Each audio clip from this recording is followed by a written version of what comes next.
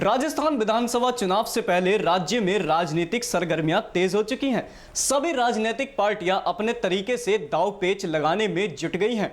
वहीं बात करें भारतीय जनता पार्टी की, तो भारतीय जनता पार्टी के राष्ट्रीय अध्यक्ष जेपी नड्डा और गृह मंत्री अमित शाह ने जयपुर में 2 दिन कैंप किया। नड्डा और शाह ने कोर कमेटी की बैठक ली और पार्टी में चल रही गुटबाजी पर नाराजगी जाहिर की। बैठक में दोनों नेताओं ने ये भी साफ कर दिया कि पार्टी विधानसभा चुनाव में मुख्यमंत्री पद के लिए किसी नेता का चेहरा उजागर किए बिना मैदान में उतरेगी। राजस्थान बीजेपी कोर कमेटी की बैठक के बाद दोनों नेताओं ने राजस्थान की पूर्व मुख्यमंत्री वसुंधरा राजे के साथ बैठक की।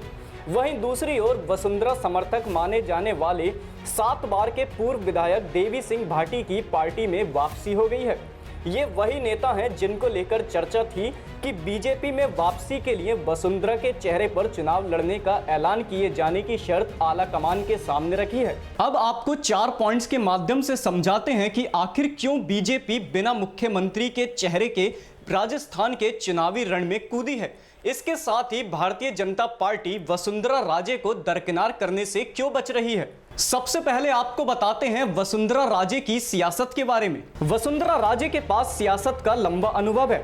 साल 1984 में भारतीय जनता युवा मोर्चे से राजनीतिक करियर का आगाज करने वाली वसुंधरा 1985 में पहली बार विधानसभा सदस्य निर्वाचित हुई और उन्होंने फिर कभी पीछे मुड़कर नहीं देखा।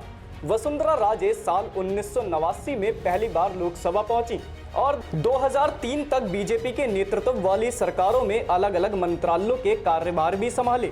साल 2003 के विधानसभा चुनाव से वसुंधरा राजस्थान की राजनीति में लौट आई और पिछले 20 साल से सूबे की सियासत में ही सक्रिय हैं।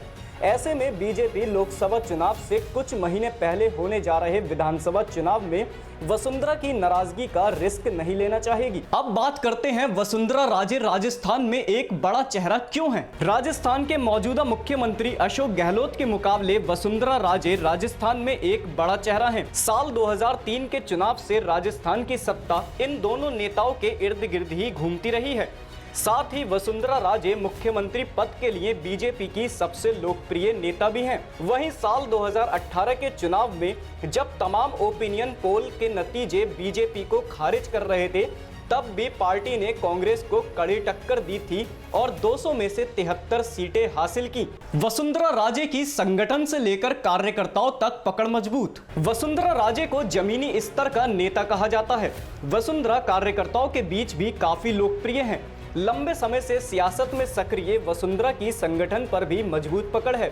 साल 2018 के चुनाव में बीजेपी की उम्मीद से बेहतर प्रदर्शन के लिए भी 2 बार की मुख्यमंत्री वसुंधरा राजे की संगठन शक्ति और कार्यकर्ताओं पर मजबूत पकड़ को श्रेय दिया गया।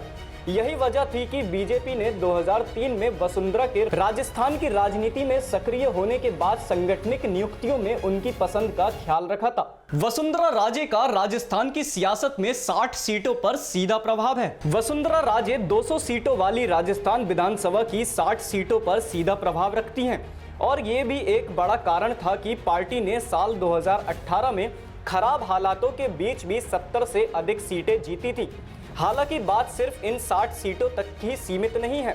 वसुंधरा राजे राजस्थान की 200 सीटों पर पार्टी की मजबूत और कमजोर कड़ी को अच्छे से जानती हैं। उन्हें इन सभी सीटों की जमीनी हकीकत अच्छे से पता है। वसुंधरा ये भी अच्छे से जानती हैं कि कहां कौन सा समीकरण पार्टी के हित के लिए काम कर सकता है। राजनीतिक जानकारों की माने तो बीजेपी और राजस्थान की पूर्व मुख्यमंत्री वसुंधरा राजे के बीच पहले जैसा समन्वय नहीं है। पार्टी इस बार राजस्थान में किसी नए चेहरे पर दांव खेलने का मन बना रही है। यही कारण है कि बीजेपी ने मुख्यमंत्री पद के चेहरे पर अभी तक चुप्पी साध रखी है। वहीं कुछ लोगों का मानना यह भी है कि अगर बीजेपी बिना मुख्यमंत्री पद के चेहरे के चुनावी मैदान में उतरती है तो ये बीजेपी के लिए नुकसानदेह साबित होगा। बहरहाल बीजेपी का ये फैसला कितना सटीक बैठता है, ये तो नतीजे घोषित होने के बाद ही पता चल सकेगा।